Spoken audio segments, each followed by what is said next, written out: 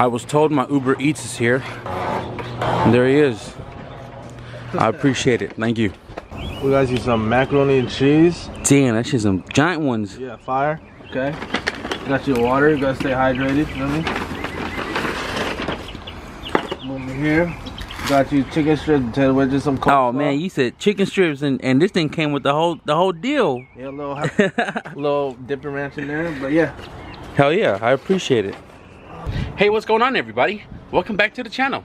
So my Uber Eats was actually my buddy Most, and if you guys remember Most, we did the B16 swap in his EM1 and also the transmission swap and also the burnout. He came here today with his 2002 Honda Accord, which he just took off to AutoZone. He has a cylinder misfire for a lot of cylinders, and there was like 8 codes on the scanner. So we tried to diagnose the car. It literally doesn't feel like it has any misfire, but it's throwing the code P1399, which is multiple cylinder misfire or whatever. So I was calling my cats for feeding time, right? I was looking for Lucy. She's not sleeping there. She's not sleeping on the ITR seat. She's not sleeping on the wagon seat, but she found a new spot up there.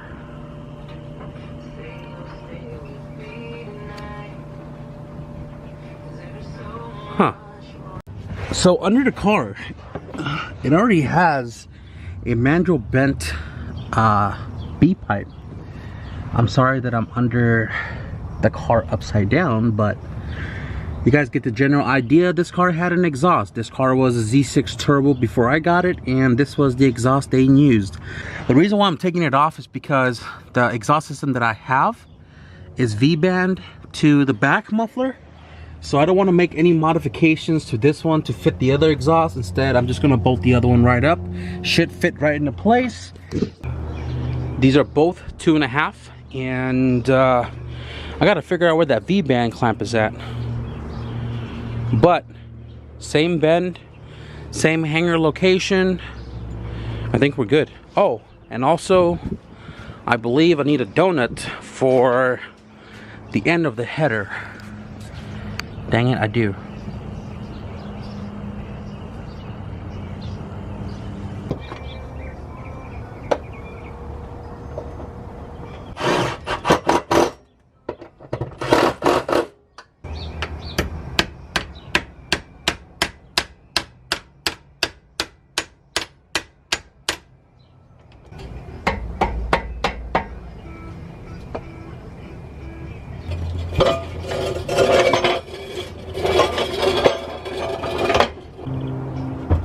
Dang it. Gotta modify it. Right now, just the mid pipe is installed, but no axle back.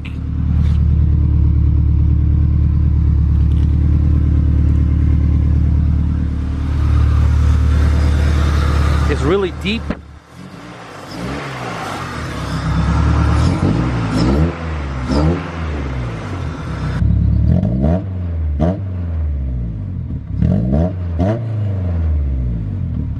I don't know how I didn't see this coming. Hatchback to a coupe. Obviously, the coupe is a lot longer in the rear, and the exhaust is super short. So if I line up the V-band over there, right there, I'm holding the neck of the exhaust right here, and the bumper exits over there. Not a big deal. So what I'm gonna do is I'm gonna cut right here where it's straight, and then bolt that V-band loosely in place so I can twist whichever way I have to. I'm gonna hang this guy somewhere here. This one right here to hopefully this guy, and then measure the length from the other exhaust that I took off. There's a straight piece on it that I can take, measure, cut, add on, tack it, make sure everything looks good, and then weld it in place, get this exhaust hooked up. I kind of want to fix this slant too. You see how the muffler is pointing down? I don't know, it kind of bothers me, but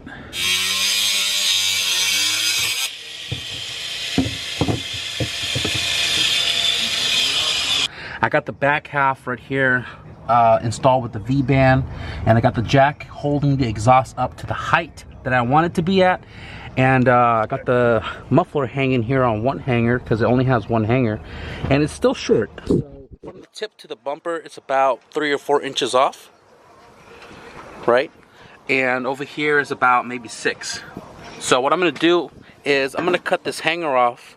I'm gonna position this muffler with the tip out the bumper, and then wherever this lands on here, I'm gonna weld it, and then I'm also gonna cut that hanger off. I'm gonna use that guy with this one to weld onto this piece here, and then the back is supported by 2 hanger, and then obviously remeasure the back, cut the piece I need, and then we'll weld that. I might just turn the car around just because I don't want to bring my welding machine all the way out here, or not, because I still don't have transmission fluid.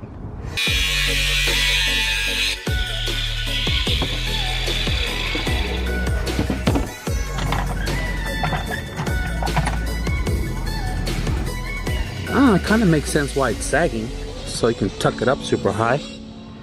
Probably gonna push it in a little bit and go up a little bit higher so that this could line it with that.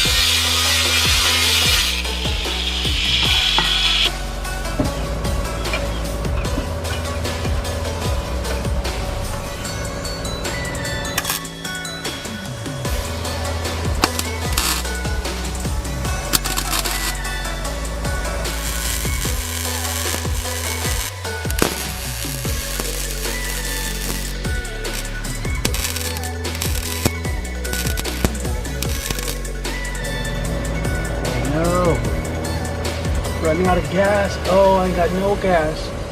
Oh, dang it.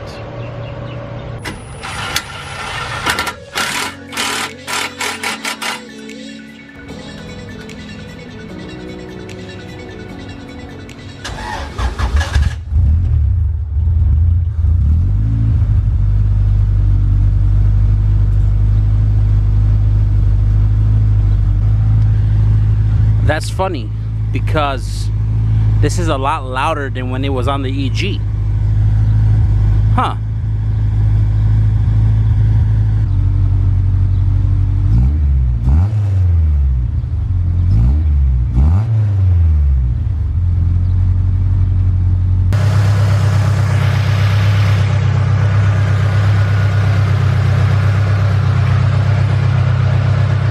Time for suspension. So all I'm gonna do right now is try to install the fronts before the sun goes down. I'm gonna clean them up first, and then I'm going to preload this guy because somebody adjusted the wrong purchase. This one's already slightly preloaded, and then I'm gonna match it probably as tall as possible because I want the car to have a stock look when everything's all said and done. So not slammed and not ultra high, but whatever the function form gives me for the front, I'm gonna try to match the rears. So I'm gonna go ahead and clean this now, get all my hardware, forks and everything, and get installing them.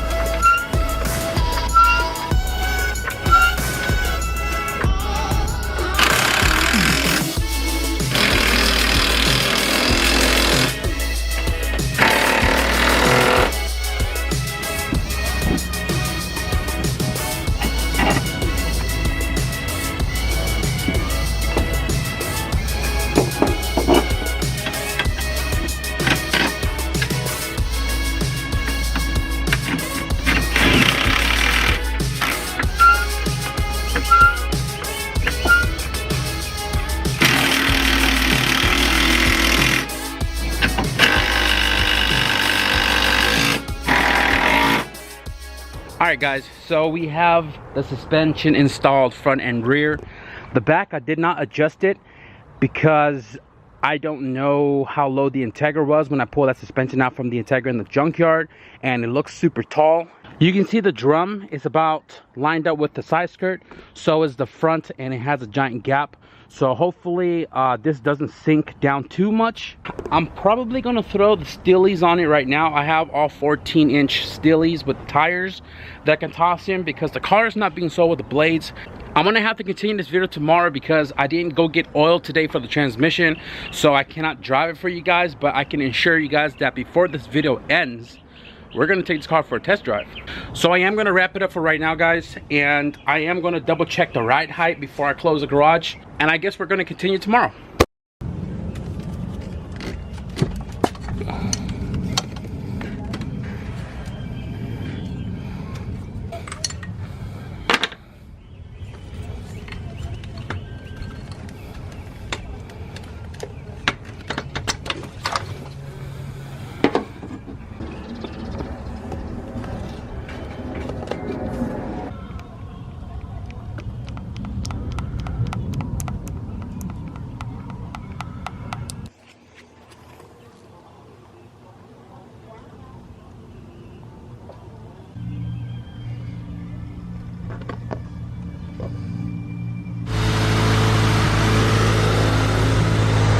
So I had to jack up the back because I had no gas, and this pushes all the gas in the tank forward so we can prime the lines. Car is on, and I just got transmission fluid in there, so I'm about to let it warm up real quick, and then we're gonna take it for a drive. It needs an alignment really bad, or the tires pretty bad, but all gears work. Third, I'm really curious about the LS 5th gear. This is a B16 tranny with an LS 5th gear, and let me see here. 5th works. Oh my god, no power whatsoever.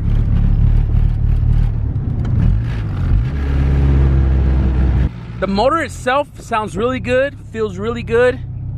I wish I had gas to take it out of the block, but I just wanted to show you guys that this car drives.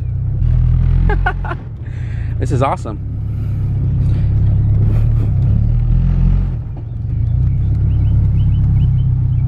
Alright guys, so the drive was a success. Now, given that this transmission is a B16 and I threw an LS 5th gear in it, I was curious to see if the LS 5th gear worked, and it did. So I've just kind of been debating about how I was going to sell the car because it's going to require a lot of work, obviously, and a lot of time on top of that. So I was debating on selling the car the way it sits. Obviously I got to put the other hubcaps on, but I do not like the ride height in the rear. The front's fine, but the rear is like a little bit lower, if not even. I like my cars raked, so that way when you put weight in the back, it'll even itself out. Got to tinker with that a little bit later today, but I'm thinking about selling the car like this, as is, you know, quarter panel dent, rusted up in the front and stuff like that, for a fair price, I would say. Or spending some more time with it, sanding it down, pulling the dents out, fixing minor flaws here and there like this guy, and then just giving it a single stage black, nice and clean, and just sell it with a new paint job. Or ditching the idea of the paint job and just doing a turbo kit on it, tune it on low boost, like 5 pounds or something like that, something fun to drive on the street, and sell it like that. I don't know, leave the comments below, let me know what you guys think. I know you guys have told me this before, to boost it. A lot said to stay all motor, but now that I've driven the car, I'm feeling motivated to do other things to it. But that is going to wrap it up for this video, guys. We got the shift linkage installed, we got the exhaust installed, the suspension, the Steelies on that the car is going to be going with. No, I'm not selling it with the GSR blades, and we got to drive it around. The car feels good, sounds good. I hope you guys are enjoying the EJ2 content and the updates that comes with it. Give this video a thumbs up if you guys did, and if you guys want to stick around for a lot more to come, because once we get this car sold, the truck is coming back. So with that being said, thank you guys for watching, and I'll see you guys in the next video. Peace.